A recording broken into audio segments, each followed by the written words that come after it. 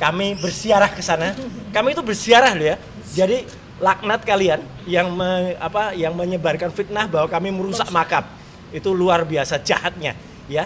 Ya, alhamdulillah. Udah tadi. Udah nih. Sudah. Nah, enggak, maksud saya gini. Ya, alhamdulillah hari ini untuk kedua kalinya kami mendapatkan salinan resmi ya dari berkas yang pernah dipakai. Kali ini adalah dipakai oleh Joko Widodo ketika mengikuti Pilkada DKI Jakarta tahun 2012 ya. Jadi ini akan menjadi bukti sangat kuat bagi kami untuk meneruskan perjuangan kami, karena apa yang ada di berkas ini adalah sama atau identik dengan yang sudah kami teliti, dan kami berkesimpulan 99,9% ini adalah palsu. Ya gitu. Jadi artinya apa? Dari sisi dimensi, meskipun ini adalah fotokopi, tetapi fotokopi itu tidak merubah yang namanya jarak, struktur dan sebagainya. Dan di sini sangat kelihatan bagaimana huruf Z itu ada agak ke atas, dan di mana huruf A-nya itu keluar dari logo, mencotot keluar. Artinya apa? Ini berbeda dengan 3 ijazah pembanding lainnya, 1115 milik Fronojiwo, 1116 milik almarhum Hari Mulyono, yang beberapa waktu yang lalu kami bersiarah ke sana. Kami itu bersiarah loh ya. Jadi laknat kalian yang yang menyebarkan fitnah bahwa kami merusak makam. Itu luar biasa jahatnya, ya. Dan ijazah nomor 1117 miliknya Sri Murtiningsih. 3 ijazah itu identik, sama persis. A-nya masuk ke dalam, Z-nya masuk ke dalam. Dan ini tidak sama. Jadi apakah masuk akal? Apakah logis ketika 4 ijazah yang katanya sama-sama lulus pada tanggal 5 November 1985 itu ternyata yang 3 sama, yang 1 berbeda. Jadi kalau yang 1 berbeda itu pasti cetakannya berbeda pada hari yang berbeda, jadi itu 99,9% palsu. Jadi terima kasih Pak Dr. Bonatua yang sudah mengupayakan. Terima kasih Dr. Tifa, dan terima kasih seluruh tim ya, seluruh kuasa hukum yang ada di sini, terutama juga Pak Al-Katiri yang luar biasa membersamai kami, dan juga tim anti kriminalisasi dan juga anti pendekatan kepada para yang aktivis membersamai kami selama ini di bawah Mas Kosinudin. Jadi saya kira itu ada tambahan lain. Bang, kalau kemarin ke makam keluarga Pak seperti apa? Ya, kami sebenarnya ke sana itu untuk satu ziarah, dan kedua untuk melihat karena apa? Karena menurut penduduk sekitar yang sempat diwawancari eksklusif oleh Dr. Tifa, itu ada sesuatu. Ada sesuatunya belum akan kami ceritakan sekarang, karena itu merupakan bahan bagi buku kami selanjutnya. Gitu. Tujuannya buat buku? Tujuannya adalah penelitian. Jadi penelitian ilmiah ya. Jadi kami itu ilmiah, nggak ada sirik sama sekali, nggak ada kemudian tujuan jahat, fitnah, dan difitnah oleh para termul jahat itu. Ya gitu. Jadi ya kami berterima kasih juga kepada Wapres ya juga, yang ternyata justru sedikit lebih pintar daripada termulnya. Ya, yang mengetahui kondisi kami ketika kami ziarah ke sana. Itu ya. Update yang di Bareskrim bagaimana, Pak? Update yang di Bareskrim, kami kemarin ke sana, kemudian memberikan untuk supaya itu dibuka kembali. Tapi terus terang sampai dengan hari ini belum ada update. Ya. Termasuk novum. Ini akan kami masukkan lagi, karena ini termasuk alat bukti baru, ya, novum baru, ya, yang mana ini adalah nanti akan kita cek ya. Ya ini juga di nomornya nggak ada, semua juga ditutup-tutupi, dan kemudian akan kita cek apakah betul bahwa Profesor Dr. Insinyur Muhammad Naim ini aktif dekan pada tahun 2012. Ya gitu, kalau aktif ya alhamdulillah. Tapi kalau kemudian ini nanti akan kita lihat periodisitas saja ya, karena pengesahnya juga berbeda. Ketika yang 2019 yang kita dapatkan dari KPU pusat itu yang menandatangani adalah Dr. Budiadi. Kalau soal Bareskrim ini yang beliau Pak Al-Katiri yang itu ada coba tambahannya tambahan. Pak Al-Katiri mungkin Pak tentang Bareskrim. Ke depan Pak Al-Katiri. Sini. Gantian. Mau tanya apa? Ya, update dari Bareskrim. Bagaimana Pak yang di Bareskrim? Bareskrim terakhir kami ajukan protes ke Propam atas putusan gelar perkara yang ditandatangani oleh Karwasidik. Karena menurut mereka dengan penghentian penyelidikan itu berdasarkan ketentuan yang berlaku. Tetapi ketentuan yang berlakunya tidak ditulis.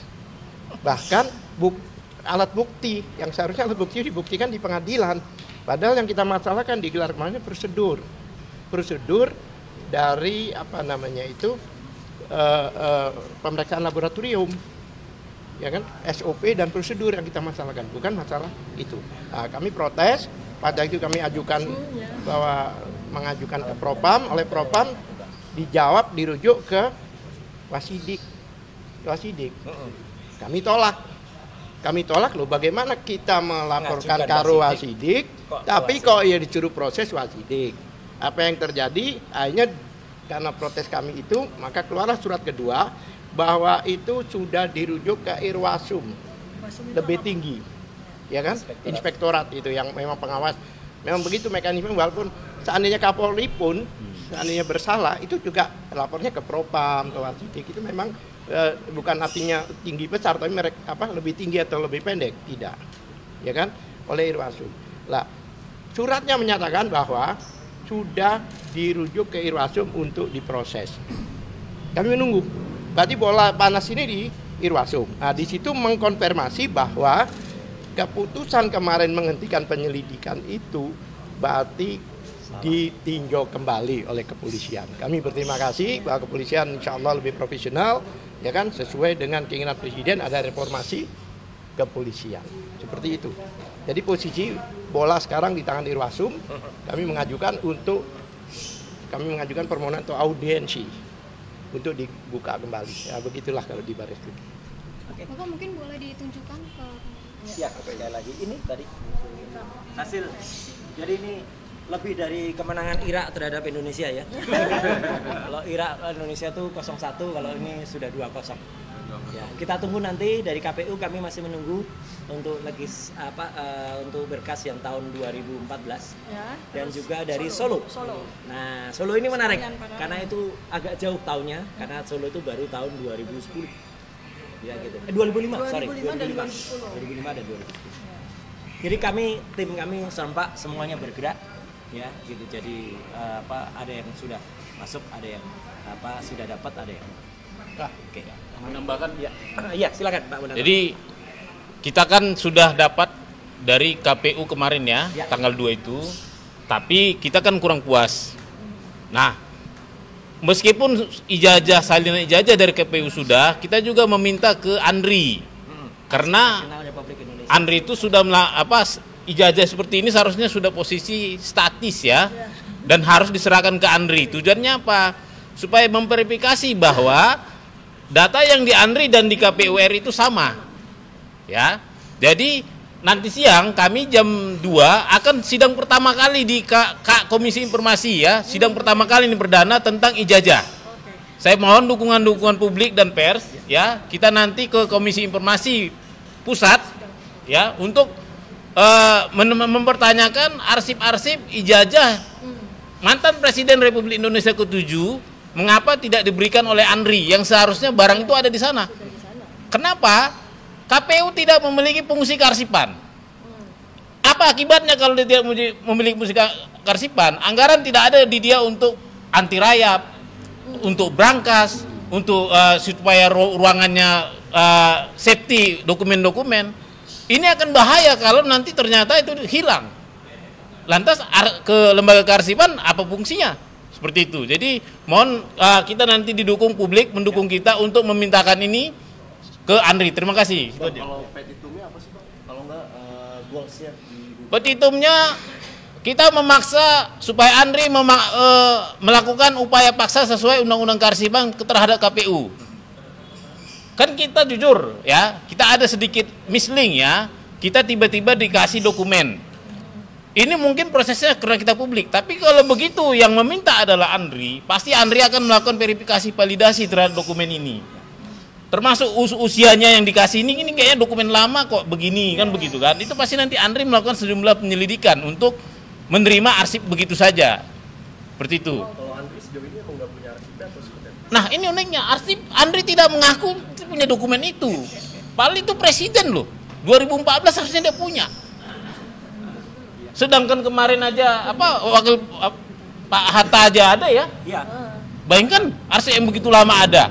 Seperti itu. Mestinya Andri itu berfungsi kearsipan.